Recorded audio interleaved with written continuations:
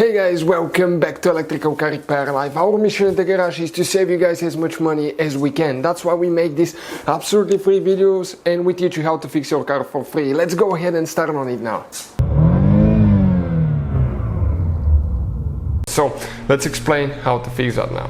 What can easily cause front left turn signal not to work, guys? Let's go ahead, open the hood on that Dodge Challenger and let's talk about that now. So if you look right here, okay, on your Dodge Challenger, the front turn signal, guys, okay, will be actually that thing right here. You may have a different style of headlights depending on the year, but it will be very close. It will be like this one, LED turn signal. First thing that you will need to check, guys, is the bulb itself. But being LED, you have no bulb. On older models you may have bulb, on some you don't. So if it's the LED component, too bad. Sometimes you have to replace the whole headlight or take it apart to rebuild it, which is expensive and most people will not be able to do. Now, but since it's LED, most likely it will not go out. It's possible, but mostly on higher mileage, older vehicles, okay, but I haven't seen personally one go out. What else can cause, okay, the left turn signal not to work? If you come, guys, to the trunk, it's been in a little bit of an accident here, but runs and drives like a champ. If you come right here in the trunk and you see that fuse box next to the spare tire under the cover here, you open this by pressing down here and pulling it out. And here usually you're going to have a yellow, okay, fuse puller.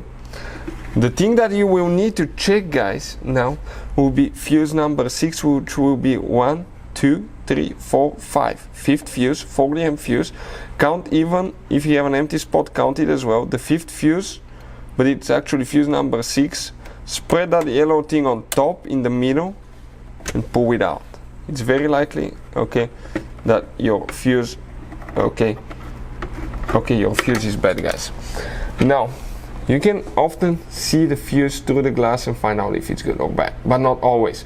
You cannot tell 100% if it's good or bad. So we recommend to always test them, because let's say you think you have a good fuse, you put it back on, you buy a new headlight, a whole assembly, you spend money and time to fix it, and all you have to do is test the fuse, find out it's bad and replace it, guys. Always test them.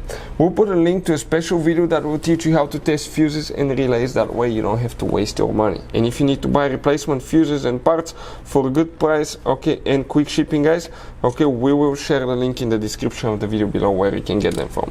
Hopefully the video will be helpful. Thank you for watching. Hopefully, guys, the video was helpful and we were able to save you money. We, guys, have more than 19,000 free repair videos on our YouTube channels. Check them out. We have videos that can save you thousands of dollars in future repairs. Thank you for watching and see you guys next time.